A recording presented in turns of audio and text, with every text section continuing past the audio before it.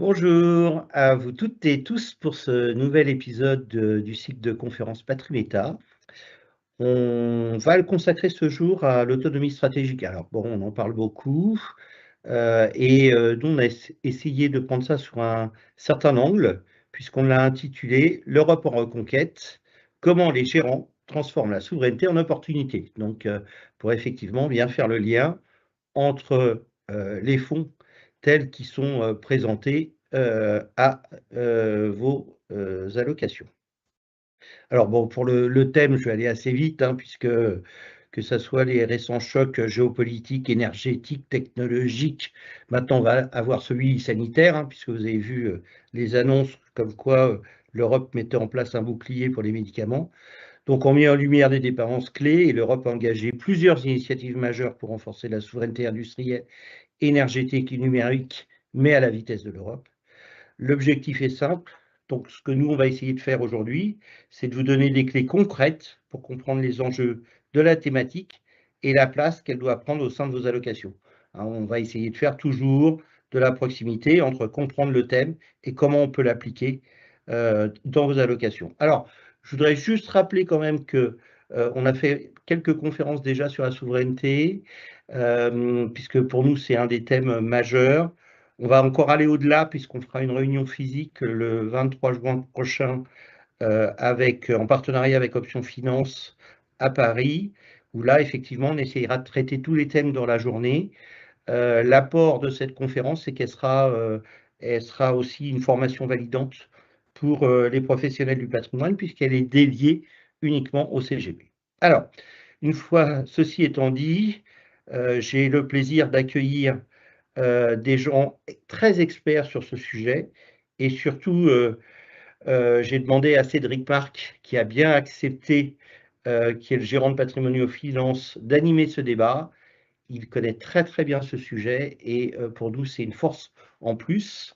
Et pour l'accompagner, nous avons la chance d'avoir Anne Rakoto Arisoa, que vous connaissez tous, qui est maintenant responsable de la distribution chez CPRAM. Et puis Bravo, bravo Anne, bravo. Merci.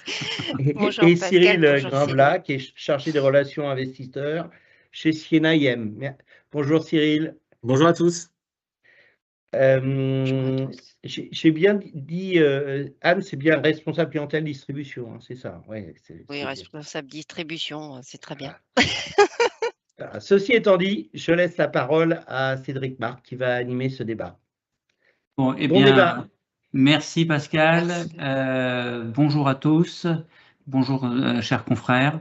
Bon, c'est pas une redite, mais je suis vraiment très content d'animer cette table ronde parce que, pour ma part, la souveraineté européenne ou l'autonomie stratégique, c'est clairement pas un outil de diversification, mais c'est clairement un thème que je trouve obligatoire. Alors, on va pas revenir sur ce qui s'est passé depuis 2020 avec les différents conflits auxquels on était confrontés, mais rapidement entre le Covid, la guerre en Ukraine, l'impérialisme européen et les droits d'Ormuz, effectivement, ces différentes contraintes mettent en avant des dépendances qu'on peut avoir. Et ce que j'aimerais, c'est qu'on puisse, à travers cette conférence, tous les trois, qu'on puisse mettre clairement en avant les opportunités que vos sociétés de gestion euh, peuvent nous aider à déceler pour que l'on puisse trouver des bonnes idées pour nos clients. Alors, sans plus attendre, je vous propose que on pose directement une première question un peu générale.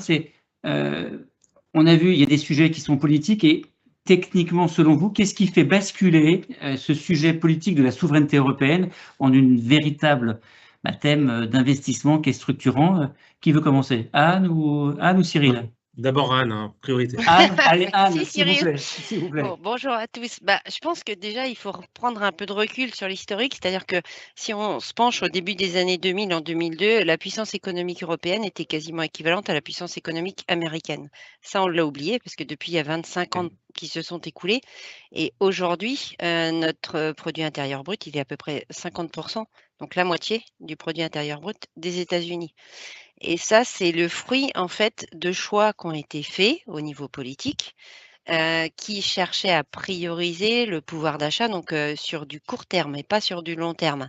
Donc on a choisi en fait un mode de mondialisation, par exemple. On a dit oui à la mondialisation sans prendre les précautions qu'ont pu prendre nos amis américains ou même nos amis chinois.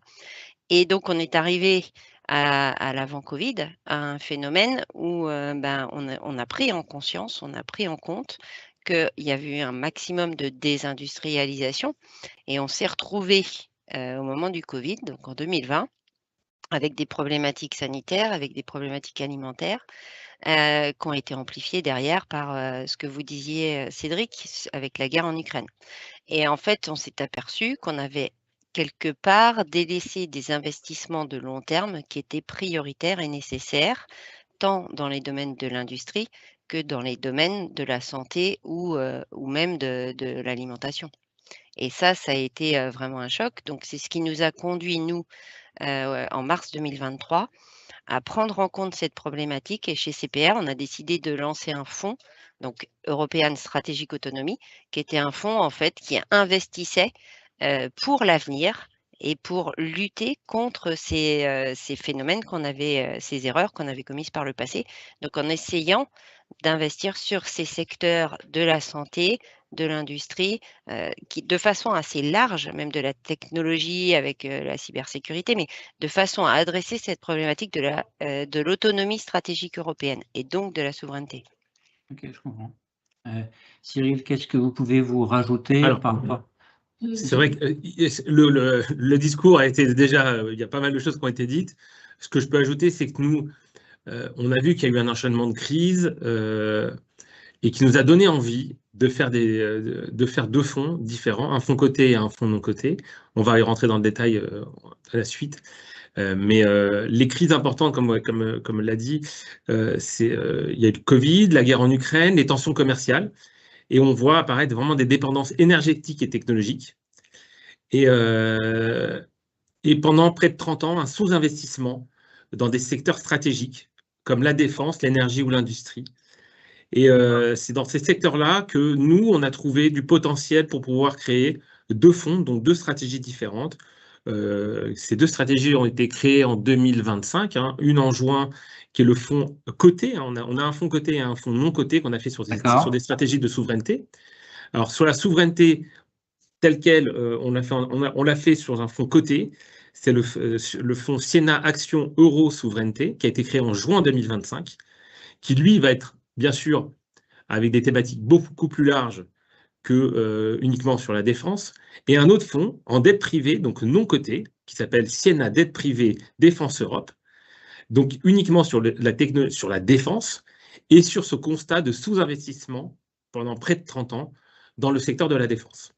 Alors, par contre, par rapport à ça, donc selon vous, Anne et Cyril, quels sont les secteurs d'activité ou les chaînes de valeur où l'Europe, elle est actuellement réellement en train de reprendre la main? Donc, il y a eu un constat, vous nous avez expliqué ce qui s'est dans le passé, mais là, à travers, je dirais, les sociétés que vous représentez, donc CPRAM pour Anne et Siena pour Cyril, qu'est-ce que, selon vous, quels sont les secteurs où l'Europe, là, elle est en mode action pour reprendre la main sur sa chaîne de valeur? Je pense que le premier secteur, c'est peut-être l'électrification. C'est-à-dire que c'est assez net, il y a eu quand même beaucoup d'investissements réalisés sur les énergies renouvelables. Et ça, c'est bien parce qu'on avait une grosse dépendance à toutes les énergies fossiles qu'on achetait aux États-Unis ou au Moyen-Orient. Donc, ça, c'est des investissements de long terme et ces choix-là, il fallait les faire. Après, pour pas déflorer tout le sujet, on laisse pour Cyril, je dirais que sur la défense, il y a énormément d'investissements qui sont réalisés aussi, avec notamment les plans comme Réarme Europe, par exemple. Mais il y en a bien d'autres. Il y a des investissements sur la santé. Il ne faut pas oublier quand même qu'aujourd'hui en Europe, il y a plus de 1500 médicaments qui sont en rupture. Donc, il était urgent d'investir et je pense que sur le domaine de la santé, il y a beaucoup d'investissements qui ont été réalisés aussi. Donc, il y a des pistes Et si les Européens, qui sont une grande famille, donc comme dans toutes les grandes familles, il y a des rivalités, etc., arrivent à s'entendre, je pense que ça peut qu'être bien. C'est-à-dire que les plans qui ont été votés, notamment en Allemagne, avec le bazooka allemand, vont être salvateurs pour de nombreuses industries ou de nombreuses sociétés européennes. Donc, ce que je retiens, Ouais. ce que venait de dire Anne, c'est-à-dire que vous, d'un côté, les éléments importants, c'est électrification en Europe. Bah, super, c'est effectivement avec une électrification, y compris avec le nucléaire en France, on est, je pense, compétitif là-dessus. Et puis, vous parlez de la santé, on a tous connu ça, effectivement, dans le Cher. D'accord. Cyril, quels sont Je peux vos... compléter, oui. Je Avec peux plaisir, compléter. avec C'est vrai plaisir. que heureusement qu'elle n'a pas tout dit, parce que j'en ai encore sous le coude, mais c'est vrai qu'on a parlé de la défense, il y a l'aéronautique, le spatial, l'indépendance énergétique, on en a parlé, les technologies critiques, l'automatisation industrielle, les infrastructures, et aussi on a certains actifs stratégiques comme la santé, ou les réseaux critiques. Mais ce qu'on va voir, hein, c'est les entreprises aujourd'hui, elles doivent faire quoi? Elles doivent vraiment augmenter leur capacité de production, sécuriser leurs approvisionnements. Ça, c'est vraiment pour nous, c'est ce qu'on a vu, hein, même pendant la crise du Covid. Les approvisionnements, c'était vraiment la clé. Quand on n'avait pas de masque, eh ben, il fallait se battre pour en avoir. Il faut financer aussi les stocks et il faut moderniser les outils industriels. Ça, c'est vraiment on va voir, hein, après les opportunités les plus tangibles qu'on peut avoir, hein, mais que ça soit aussi bien sur le côté que en dette privée, on va trouver des idées sur ça. Bon, ça, j'en doute pas, parce Et qu'effectivement, l'industrie financière, elle est très proactive là-dessus, et puis vos sociétés sont en pointe sur ces thématiques-là. Je vous ai on peut interrompu, peut-être Anne. ajouter, non, c'est parce qu'en fait, j'ai repensé à quelque chose, mais dans le domaine technologique, qui est quand même le domaine numéro 1 aujourd'hui, on s'aperçoit que l'Europe consomme quand même 20% des semi-conducteurs qui sont produits dans le monde. D'accord? On n'en produit, nous, que 9%. Donc, il y a des investissements qui sont réalisés, il y a une prise de conscience qui a eu lieu. Et je pense que, clairement, sur ce segment-là, il y a aussi pas mal de choses qui sont faites et qui sont positives pour l'avenir. Il faut qu'on arrive aussi, après les semi-conducteurs, à essayer de créer un peu de mémoire à l'image de ce qui se fait avec les Coréens. Et on a tous en tête le parcours extraordinaire qu'il y a effectivement, depuis le début d'année. Concrètement, Anne et Cyril, on peut parler un peu processus de gestion. Concrètement, comment est-ce que le thème de la souveraineté ou de l'autonomie stratégique est intégré dans vos portefeuilles? Est-ce que c'est des fonds spécialisé, j'ai cru comprendre ce que vous avez dit juste avant, ou est-ce que c'est plutôt des poches dans des fonds globaux? Anne, à vous? Parce que vous avez Alors, une gamme, la question est un peu facile parce que vous avez une gamme super large. non, on n'a pas une gamme super large. On a commencé donc en mars 2023 avec un fonds assez large, qui est un fonds 100% action, et qui est sur cette thématique de l'autonomie stratégique européenne, donc au sens large, avec la santé et les piliers qu'on a rappelés tout à l'heure. Maintenant, on a lancé plus récemment, donc en juillet de l'année dernière, un fonds qui est vraiment centré sur la défense, qui est un fonds de gestion active. Et côté Amundi, pour les CGP, on a aussi un ETF Ah, c'est bien ça. défense. La différence entre notre fonds de gestion active CPR Invest Défense et l'ETF Défense, c'est que l'ETF va être très, très concentré sur 15 valeurs. Le fonds de gestion active sera un fonds de conviction. Donc, voilà, qui va porter 30 valeurs à peu près à l'échelle européenne, mais qui, à l'inverse, pourra aussi faire les introductions en bourse, que ne peut pas faire l'ETF, et pourra aussi aller sur des segments des petites valeurs ou des valeurs de taille plus modeste. Et ça, c'est la différence majeure aussi avec l'ETF. Mais oui, on a à la fois des solutions en gestion passive, via les ETF et des solutions de gestion active. Et sur le navire amiral qui fait 750 millions d'euros aujourd'hui, donc qui a fêté ses 3 ans, pour le coup, c'est un fonds de conviction qui investit à peu près dans 55 valeurs. Donc chaque titre fait au minimum 1% de l'actif du fonds. Comment ça se passe chez vous, Cyril? Même si vous avez un petit peu défleuré le sujet, comment ça se passe? Alors nous, on a deux fonds différents. Quand je dis un fonds qui est thématique sur la défense, qui est de mon côté, le fonds Siena Dette Privée Défense Europe. Oui, qui a été lancé d'ailleurs il y a quelques mois, avec déjà des grosses ambitions de collecte, hein, d'ailleurs. Oui, il a été lancé en septembre. Ce fonds-là, il est là pour financer directement des PME ETI européennes de la BITD. La BITD, c'est la base industrielle et technologique de la défense. Donc, c'est énormément d'entreprises qui sont disponibles parce qu'il y a les grands donneurs d'ordre qui n'ont pas besoin de financement en dette privée, qui sont les Thales, les Rheinmetall et tout ça, mais tous ceux qui vont fabriquer les éléments d'un Rafale, par exemple, un des boutons qu'on peut avoir sur un Rafale, bah, il est fabriqué par une petite entreprise française et qui a quelques salariés qui est spécifique. Et qu'est-ce qu'on va faire, nous, concrètement? On va aller financer des besoins de fonds de roulement. On va aller augmenter les cadres de production, on va aller chercher des investissements industriels ou alors des opérations de croissance externe. Et sur le côté, par contre, sur l'autre côté, la partie cotée, pour le fonds Siena Action Euro Souveraineté, là, on est vraiment sur les marchés cotés et on va financer directement l'économie via des actions. Voilà.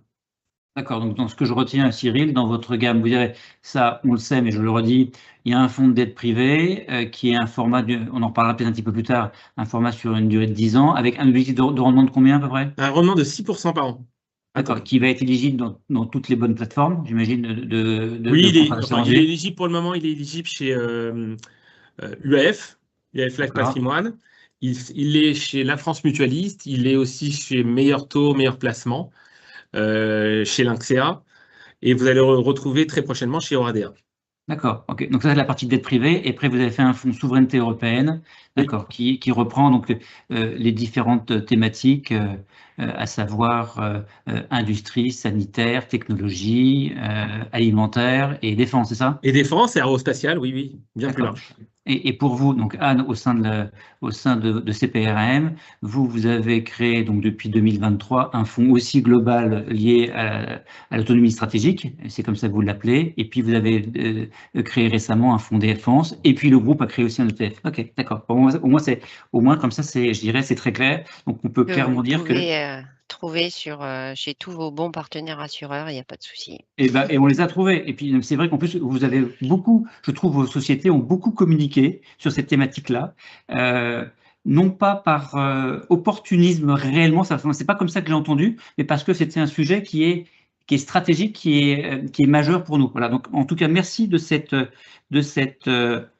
communication, parce qu'on a beaucoup de retours de nos clients qui sont sensibles, et grâce à votre approche, ça nous permet d'y répondre. Voilà, ça nous permet d'y répondre et d'être une force de proposition. Est-ce qu'on peut parler un petit peu de patriotisme économique? Parce que ça, c'est un sujet que je trouve qui est important. C'est un sujet qui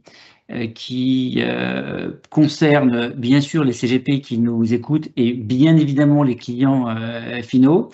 Selon vous, au sein des sociétés que vous représentez respectivement, quel rôle un gérant peut-il jouer dans le patriotisme économique européen?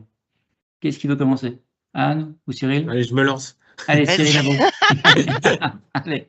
Alors, moi, le rôle d'un gérant, c'est d'orienter le capital vers les entreprises qui renforcent concrètement l'autonomie stratégique européenne. Ça, c'est vraiment ce qu'on s'est fixé. Ça peut passer par l'investissement en actions, mais aussi par le financement direct des PME ETI stratégiques. Okay. Donc, vous avez les deux pendant, comme je vous disais, le côté et le non-côté. Et ce qu'on va voir, c'est qu'aujourd'hui, on a vraiment le rééquipement des armées européennes qui dépend directement des capacités des sous-traitants, des fournisseurs à augmenter leur cadence de production. Et on va avoir un patriotisme économique qui consiste donc aussi à financer des capacités industrielles, de sécuriser des chaînes d'approvisionnement, d'accompagner la relocalisation et surtout de soutenir l'innovation européenne. La force de l'Europe, et en tout cas, et aussi de la France, c'est d'être innovant. Et on s'est souvent fait remarquer par de l'innovation. Et l'innovation, ça ne va pas sans un financement. Parce qu'aujourd'hui, ces entreprises-là, elles ont vraiment besoin d'innovation. Elles ont de l'innovation, mais elles n'ont pas les financements qui vont avec. Alors chez nous, on a le fameux Concorde Lépine qu'on a vu à la Foire de Paris. Mais souvent, on a des idées, on a pas mal d'idées en France, mais je pense qu'il manque aussi du financement via de la dette privée, on en a besoin, via les actions. Mais ça, c'est pour des... Vous voyez, quand on finance, nous, des entreprises en actions, ce sont des grandes entreprises. Et quand on va financer des PME ETI, c'est elles qui vont devenir à la fin des grandes entreprises. Donc, c'est ça qu'on voit, c'est ça qui est le rôle du gérant aujourd'hui. Bah, je comprends. En tout cas, merci d'avoir rappelé. Accompagner des entreprises. En tout cas, merci d'avoir rappelé ceci, parce qu'effectivement, vous faisiez référence à la BITD il y a quelques minutes. Bah, c'est 4500 entreprises. C'est elles qui sont, comment dire, investies dans le tissu industriel. Alors, elles ont souvent des activités duales, hein, militaires et civiles. Et elles font face, compte tenu de l'augmentation, du doublement depuis presque 8 ans depuis 8 ans. Depuis 8 ans, on a quasiment vu la loi de programmation militaire qui a été multipliée par 2, ce qui veut dire qu'il y a de la lisibilité par rapport à ce qui va être dépensé. Je parle entre autres du volet défense. Hein. Effectivement, elles ont quand même besoin, ces sociétés, d'avoir des liquidités pour acheter le matériel pour faire face aux défenses. Ouais. Donc, message en tout cas, Cyril, bien reçu là-dessus. Donc, ce que vous dites, c'est que, on a des idées et on manque de financement. Et ce qui est probablement extraordinairement différent par rapport à ce qui se passe aux États-Unis, comme vous l'avez rappelé, Anne, en 25 ans. Mais vous avez raison, on a des idées et il y a pas mal d'entreprises qui sont innovantes en France, mais qui sont pas suivies. C'est-à-dire que on parle souvent, on dit qu'il y a des carnets de commandes qui sont importants chez certains, mais chez d'autres, finalement, ils sont toujours en attente. Et des fois, il y a les carnets de commandes qui sont là, mais les paiements n'arrivent pas. Parce que par exemple, quand c'est la DGA qui passe une commande, eh ben, elle ne paye pas rapidement. Et pour des petites entreprises françaises et qui sont innovantes, c'est un vrai frein. Parce qu'après, il faut aller chercher du financement, du besoin en fonds de roulement, du financement auprès d'entreprises comme la nôtre, hein, comme de sociétés de gestion qui vont financer en dette privée, auprès de banques. Mais c'est souvent le problème du paiement. Voilà. Anne, et après, si on veut juste ajouter, en fait, sur tous les aspects défense, ça va être assez quantifiable. C'est-à-dire qu'on va voir que l'impact des investissements publics, d'abord, là, on a vu les plans qui sont votés, les mesures qui sont prises, les entreprises pour nous au niveau européen qui vont en profiter. On peut mesurer en termes d'emplois créés, on peut le mesurer en termes d'avions qui sont ou de munitions qui sont produites, etc. Ça, c'est assez quantifiable. Après, il y a d'autres segments sur lesquels c'est plus difficile de quantifier. Si on prend l'électrification, c'est un peu plus difficile. Sur la nouvelle technologie, on a des valeurs comme ASML ou Infineon sur lesquelles on peut avoir des données précises, mais bon, ça reste quand même difficilement quantifiable. En fait, ce qu'il faut voir, c'est que aujourd'hui, s'il y a un investissement public, mais il n'y a pas de relais de l'investissement privé, on n'arrivera pas à regagner cette puissance économique que l'on est en droit d'avoir parce que l'Europe doit avoir sa place sur la carte mondiale. En revanche, si on arrive à flécher cette épargne, parce qu'il faut garder en tête que les Européens sont quand même des champions de l'épargne, vers et accompagner nos entreprises pour les soutenir, comme l'a très bien dit Cyril, là pour le coup ça peut changer la donne. Donc il faudra accepter que ce ne soit pas forcément quantifiable tout de suite, mais en attendant, il faut vraiment se mobiliser là-dessus. Bon, je pense que c'est important. Donc ce qu'on retient, c'est qu'effectivement, patriotisme économique, et il faut flécher l'épargne là-dessus. Okay. Comme d'autres pays de l'autre côté de l'Atlantique le font d'une manière extraordinairement efficace. Okay. Et puis comme nous, Français, le faisons aussi, hein, parce qu'on investit aussi dans les valeurs outre-Atlantique, chinoises, etc. Hein. Bien sûr. On peut parler performance et risque. Risque, et après on termine sur performance. Bon, qu'est-ce qu'on peut dire sur ces portefeuilles à quoi faut-il faire attention et quels sont les risques spécifiques à surveiller? Alors, sur les risques, on va regarder la volatilité des marchés actions quand on est sur un fonds coté. Peu importe qu'on soit sur la souveraineté ou pas, on reste sur les marchés cotés. On va regarder les risques géopolitiques, les risques réglementaires, les risques de crédit. Et en dette privée, on va regarder le risque d'illiquidité. C'est pourquoi la sélectivité reste essentielle dans ce qu'on va faire, dans ce qu'on va choisir, dans les portefeuilles qu'on va constituer. C'est vraiment le point important, c'est vraiment la sélectivité. Mais on ne pourra pas passer à côté sur un fonds coté de la volatilité des marchés. Si vous allez sur un fonds non coté, comme le fonds de dette privée, là, vous n'avez pas un risque de volatilité parce que c'est du non coté. Et vous visez, au contraire, vous visez vraiment un objectif de rendement qui est de 6%, en tout cas sur notre fonds, avec net annualisé sur 10 ans. En tout cas, donc c'est pas coté et donc c'est peu liquide ou voire pas liquide, mais en contrepartie, effectivement, ça nous permet dans le temps de trouver un rendement significatif qui couvre l'inflation, 2,5 fois ou 3 fois l'inflation, d'accord. Et ce que j'entends dans votre remarque, Cyril, c'est que c'est un investissement qui est utile. Ok. Oui, Après, c'est ça aussi. Hein. On faut donner du sens avec la souveraineté, on donne du sens à son épargne. Que vous soyez sur le côté ou sur le non-côté. Sur le côté, vous êtes sur des thématiques beaucoup plus larges au niveau de la souveraineté. Sur le fonds non-côté, c'est que sur la défense. Donc, c'est plutôt un fonds thématique. C'est un fonds thématique non coté sur de la dette privée, donc avec que de l'investissement de premier rang. Et vous allez vraiment donner une couleur à votre investissement. Bien sûr, ce n'est pas 100% d'une allocation, mais ça donne une couleur. Il y a certaines personnes qui vont se dire, je sais dans quoi je vais investir, je comprends, parce que voilà, par exemple, les premiers investissements qui ont été faits dans ce fonds-là, c'est un fabricant de drones. C'est Turgis et Gaillard. Turgis et Gaillard, c'est une entreprise familiale qui est gérée par Fanny Turgis, qui, cette entreprise, fabrique un drone. Un drone, et il y a un projet de fabrication de drones dans les entreprises de Renault. Ça a été poussé par l'État français, ça a été poussé par le ministre à l'époque des Armées, ministre des Armées qui était Monsieur Lecornu, à l'époque, maintenant qui est Premier ministre, mais qui avait dit oui, Renault fabriquera des drones. Mais l'entreprise qui devait fabriquer ces drones ne le savait pas. En fait, c'était lui qui avait décidé, et après, il a fallu trouver cette entreprise-là. Donc, il y a un projet commun aujourd'hui.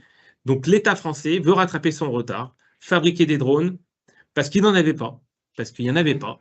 Il y a un retard vraiment. Et question de souveraineté, c'est-à-dire que quand on fabrique des armes, il vaut mieux les fabriquer dans son pays, parce qu'on sait comment elles sont fabriquées, et on sait qu'aujourd'hui, les drones que l'on possède sont des drones américains.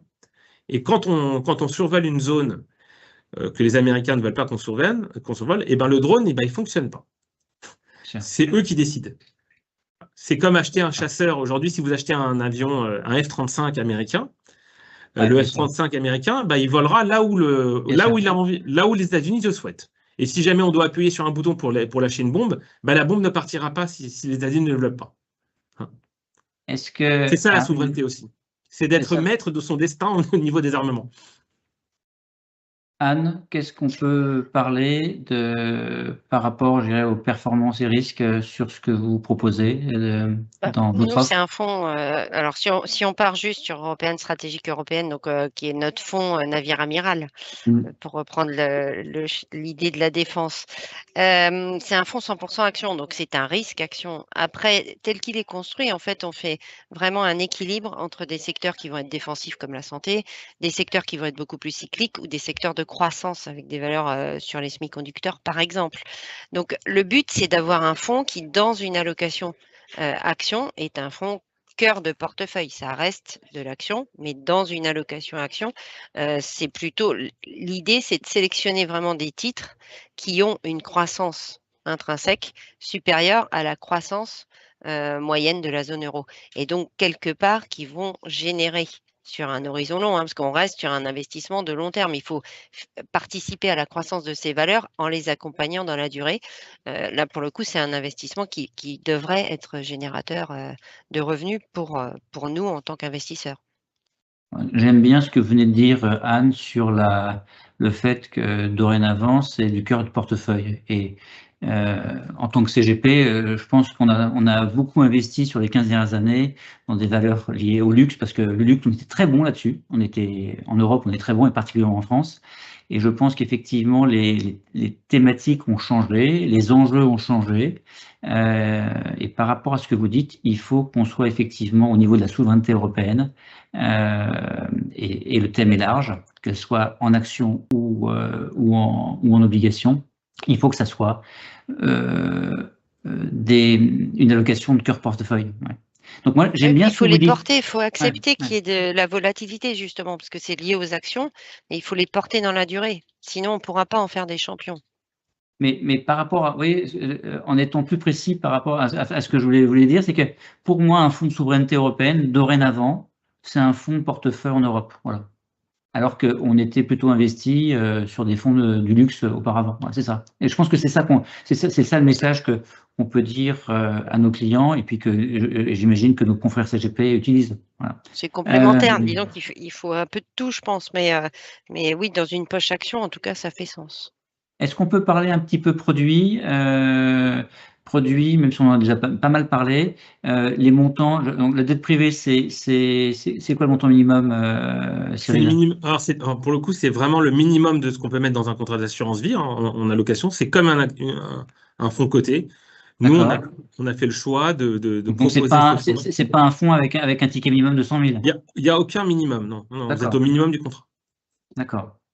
Est-ce qu'il y a, donc c'est entre 500, ça peut être entre 500 et 1000 euros, ça dépend du contrat. Ok, donc tout le monde peut en acheter. Donc ça, c'est une bonne chose. Est-ce qu'il y a d'autres éléments qu'on doit comprendre sur le fonds que vous mettez en avant? Bon, la distribution. Donc vous en avez parlé sur les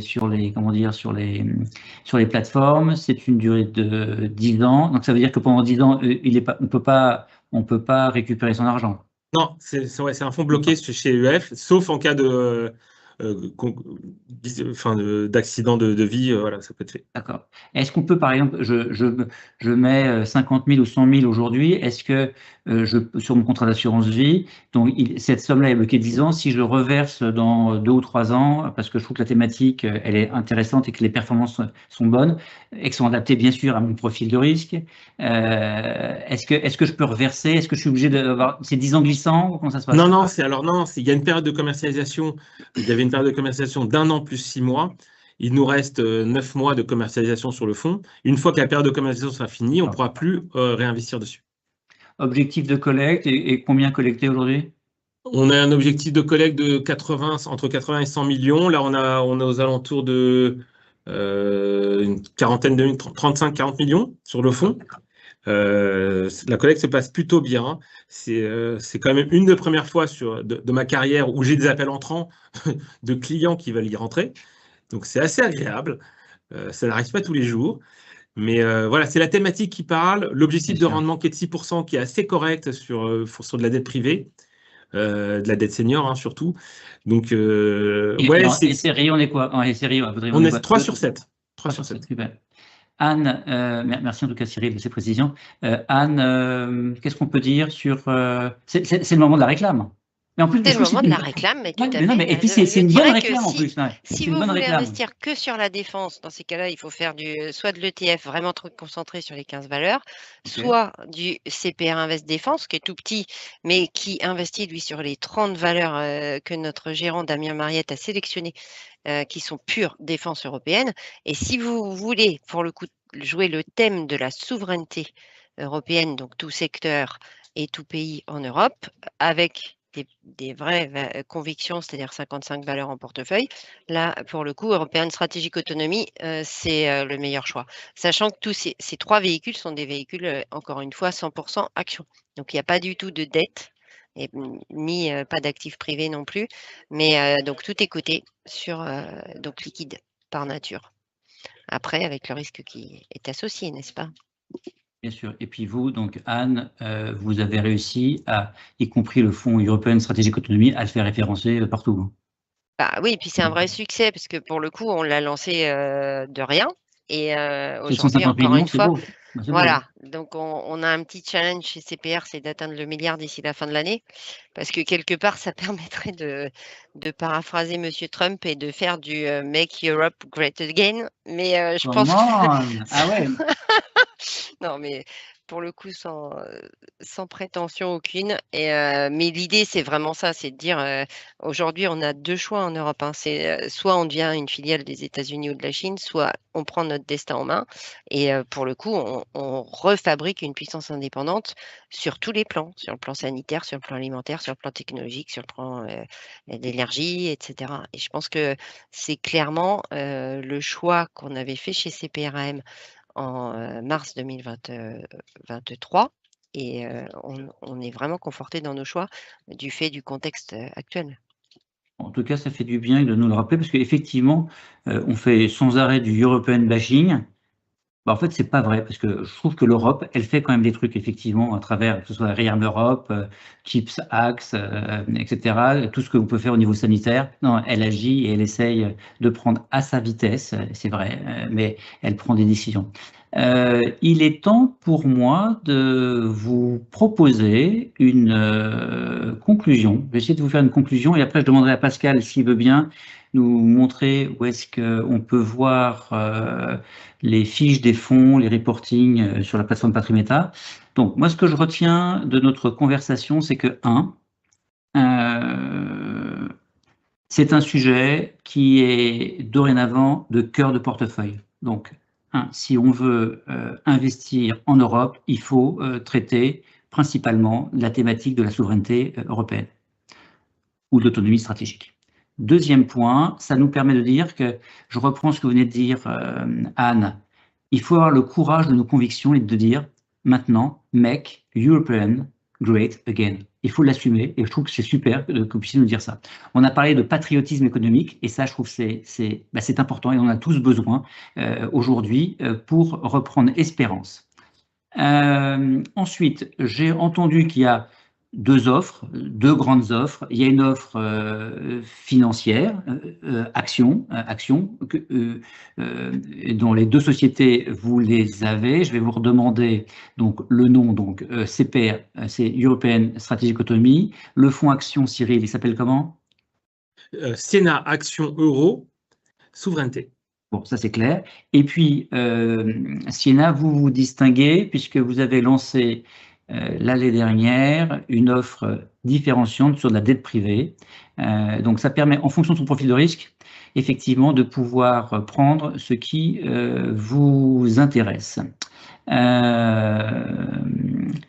Pascal, est-ce que vous pouvez nous montrer où est-ce qu'on peut trouver les informations lorsqu'un CGP cherche des chiffres de fonds? Je ne sais pas s'il y a des vidéos. Ah ouais, il y a tout sur Patrimeta. C'est comme à la Samaritaine, hein, donc on arrive à tout trouver. Hein, donc, non, mais je trouve ce qui est pas mal, en fait, limite bien dans votre, comment dire, dans cette plateforme, c'est qu'on a un salon en fait toute l'année. Bah, c'est toujours ouvert. C'est ouvert 24 heures sur 24, 7 jours sur 7. Et alors bon, effectivement, vous n'aurez pas toujours les collections avec l'équipe commerciale parce qu'elle a le droit de se reposer de temps en temps. Mais par contre, vous allez pouvoir retrouver tous les produits. Par exemple, si vous cherchez des produits sur la souveraineté, il suffit d'aller dans selon grande thématique. Et par grande thématique, vous avez la petite rubrique souveraineté, défense, toc, je clique et je vais retrouver effectivement Donc, les fonds dont on a parlé avec Siena, European Strategic Automatic, les fonds Siena qui sont aussi qu'on a évoqués tout à l'heure. Alors, on n'a pas les ETF dont Anne a parlé tout à l'heure, mais on pourrait bien sûr les mettre, le cas échéant, en complément. Si vous cherchez des informations sur la défense, et ben là, vous avez une petite, sur la souveraineté, vous avez une petite icône, là. Mais c'est vous, ça, c'est vous, Pascal. Chevelu, vous lui demandez, je cherche des informations sur la souveraineté, il va vous préparer votre réunion avec votre client en allant chercher les informations, les contenus qui ont été publiés par les plus grandes sociétés de gestion de la place, et notamment CPR et Siena, sur ce sujet-là. Donc, vous pouvez complètement étayer votre dossier avant de voir votre client. Et ensuite, effectivement, lorsque vous allez soit chez CPR, vous le voyez en ce moment, lorsque ils présentent leurs fonds sur CPR Invest European Strategic Autonomy, il suffit de cliquer sur le stand et vous allez retrouver la brochure complète sur le document. Donc, et là, ça marche pareil aussi sur Siena. Et quand vous allez chez Siena, c'est de la même façon. Vous allez retrouver à la fois l'ensemble des publications, des vidéos sur ce sujet, puisqu'il y a beaucoup d'écrits, que ce soit Xavier Collot qui a beaucoup parlé sur ce point. Là aussi, vous avez des vidéos qui vont vous expliquer pourquoi la dette, c'est particulièrement important pour la défense, pour le tissu. Donc, vous avez Olivia Noireau, vous avez retrouvé effectivement une somme de documents compulsés qui est prête à l'emploi, avec à la fois effectivement les produits qui sont associés, mais aussi les contenus. Et donc, vous allez avoir tout. Ce qui est intéressant sur Patrumeta, c'est que vous avez tout, en fait. Hein. Donc, vous cherchez quelque chose, que ce soit pour n'importe quel type de société de gestion, vous allez tout retrouver, et avec les outils qui vont bien pour les retrouver. Bon, c'est le fameux concierge. Est-ce qu'il y a eu des questions dans la salle? Et Pascal, avant d'y répondre, juste avant, si vous en avez, est-ce que, je vous laisse le temps de chercher, Anne et Cyril, est-ce que on a essayé de le faire dans le cadre d'une libre conversation, voilà. On a essayé de parler d'opportunités et merci sincèrement de vous être prêté au jeu.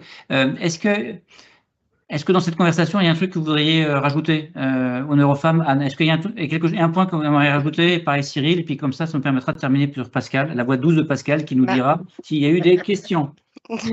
Moi, ce que je voulais dire, c'est que c'est un travail de longue haleine. C'est-à-dire que, bien sûr, c'est Damien Mariette qui gère le fonds aujourd'hui, mais c'est toutes les équipes de CPR au niveau de l'investissement, donc les équipes d'Arnaud Faller, les équipes de la recherche. Tout le monde a travaillé vraiment dur sur ce sujet-là avant de le lancer, pour bien le maturer et trouver la bonne recette. Parce qu'on voulait adresser cette thématique de la souveraineté, mais il n'y avait pas encore tous ces phénomènes géopolitiques vraiment qu'on connaît aujourd'hui. Aujourd'hui, ça nous paraît une évidence avec les secteurs qu'on a mis en avant. Mais quand on revient un peu en arrière, c'était pas aussi net que ça. Donc, je pense que c'est bien qu'on en ait pris conscience. C'est un élément très positif et c'est porteur pour la suite. C'est-à-dire que si nous, en tant que financiers, on se préoccupe de ces questions-là, ça veut dire que tous les Français vont s'en préoccuper et qu'à terme, on arrivera à obtenir ce fléchage de l'épargne et donc à capitaliser sur notre force qui est cette production d'épargne conséquente au niveau européen et française, bien sûr.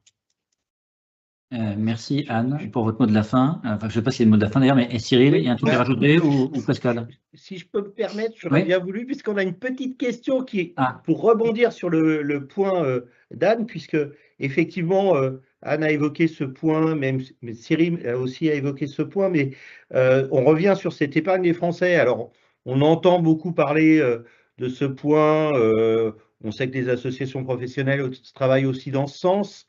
On sait qu'il y a quelques pays qui bloquent aujourd'hui l'union bancaire et de l'épargne et de l'investissement. On a quelques pays qui ont quelques privilèges et qui veulent ne pas mettre en vrac tout leur système. Mais on pose quand même, vous voyez, et on a quand même des conseillers qui posent la question à quel moment l'épargne des Français va-t-elle servir plus à financer l'autonomie stratégique européenne que l'autonomie américaine, puisque je crois qu'Anne l'a évoqué tout à l'heure aussi un peu, voire chinoise, mais c'est surtout américaine quand même, puisque on voit que tout le monde se focus sur la technologie US. Ferait mieux peut-être d'acheter autre chose que de la technologie US. Je pense que c'est un ensemble. Alors, pardon, je peux déjà donner quelques éléments, mais c'est un ensemble de choses. C'est-à-dire que à quel moment, quand on en aura pris conscience, là, on en a pris conscience. Donc déjà, nous, en tant qu'investisseurs, on change notre mode d'investissement. Et deux, à partir du moment où les valeurs françaises ou européennes commenceront à délivrer. Pour qu'elles délivrent, il faut qu'on les accompagne. Donc, il y a l'amorçage par le financement public, il y a l'amorçage qui prend le relais du financement privé. Et à partir de ce moment-là, elles peuvent acquérir une certaine taille, avoir véritablement les moyens de développer et de capitaliser sur les innovations qui permettront de concurrencer les offres que l'on accompagne aujourd'hui, qui sont chinoises ou américaines et qu'on soutient. Et ça permettra de prendre le relais et d'avoir le cercle vertueux qui permettra de redynamiser et de flécher cette épargne. En fait, il faut l'amorcer. C'est un peu en tout cas, message entendu. Et Cédric, j'ai une petite question, mais je pense que la personne n'était pas là au moment où Cyril l'a évoqué. Là, j'ai une question sur où on peut retrouver les fonds Siena, auprès de quel assureur. Donc, moi, j'ai entendu parler du AF tout à l'heure, mais… Alors, pour le fonds, oui, tout à fait. Pour le fonds de Siena, dette privée, Défense Europe, il est disponible chez UAF Life Patrimoine. Il va être bientôt disponible chez Oradea. Il est disponible chez La France Mutualis, chez Meilleur Taux, Meilleur Placement, chez Lynxea. Et pour le fonds Siena Action Euro Souveraineté, il est disponible chez Generali et chez Cardiff. Ok. Bon, bah c'est bien, c'est bien. Moi, j'ai plus de questions. Bon, et bah, moi, en fait, moi non plus. Moi non plus. Bon, je vous souhaite de passer une très belle fin d'après-midi. Merci pour votre disponibilité pour avoir fait cet échange impromptu, mais où il y a eu une concentration d'informations très riche. Le mot de la fin, Pascal, donc c'est que le prochain rendez-vous, ça va être en juin, puisque là, il y aura une journée dédiée à la souveraineté, c'est ça? Voilà, alors bon, il va y avoir plein d'événements digitaux d'ici là, on ne va pas arrêter de travailler, mais le 23 juin, effectivement, on fait notre première conférence physique grâce aux équipes d'Option Finance. Et l'idée, c'est une journée, alors moi j'insiste là-dessus, c'est qu'on a conçu ça comme une journée dédiée au CGP. Hein. C'est pour eux qu'on le fait, Merci. avec à la fois des CGP qui vont être là pour écouter, s'informer, comprendre, avec des tables rondes qui vont être constituées à la fois de personnes de la société civile, c'est-à-dire qu'on aura des politiques, des industriels. Bien sûr, on aura des sociétés de gestion qui viendront expliquer leur processus de gestion, et tout ça, ça sera animé par un CGP. Donc, c'est des CGP vers les CGP. Et en plus, donne en plus. Et j'ai entendu qu'il y avait des heures de formation en plus. Voilà, et c'est Ouais, ça. ça, Et c'est en plus, bien. il y aura Ça, des heures on de aime ça, formation généralement. validantes, puisque ça nous paraissait important qu'aujourd'hui, le thème de la souveraineté, ça soit considéré comme une validation de formation, puisque ça sera le thème pour les années qui viennent. Et donc on a demandé à H24 Campus de nous aider pour monter une formation sur ce sujet. Alors, pour l'instant, on a déjà quelques thèmes. On espère que ça va aller beaucoup plus loin. On espère aussi avoir des politiques, mais en ce moment, ils sont un petit peu embêtés aux entournures. Ils ont un truc qui s'appelle les stations essence, avec un problème de recherche et d'éviter les pénuries. Donc, ouais, non, mais Anne a parlé d'explication. Hein. Ouais. Là, au moins, je dirais, ça répond partiellement à la problématique. Hein. Ouais. Donc voilà. J'ai dit Donc à on vous moyen attend long très terme. nombreux. Donc on vous attend très nombreux à cette journée qui, on l'espère, on fera des petits. Pour l'instant, on l'a fait à Paris, mais après, on espère pouvoir aller en province pour être plus proche de l'ensemble de nos conseillers. Bon, et ben c'était le mot de la fin. Merci Pascal, Cyril et Anne. Merci beaucoup. Merci. Merci beaucoup, Cyril. Merci beaucoup, Anne. Bonne Et soirée. merci encore, Cédric.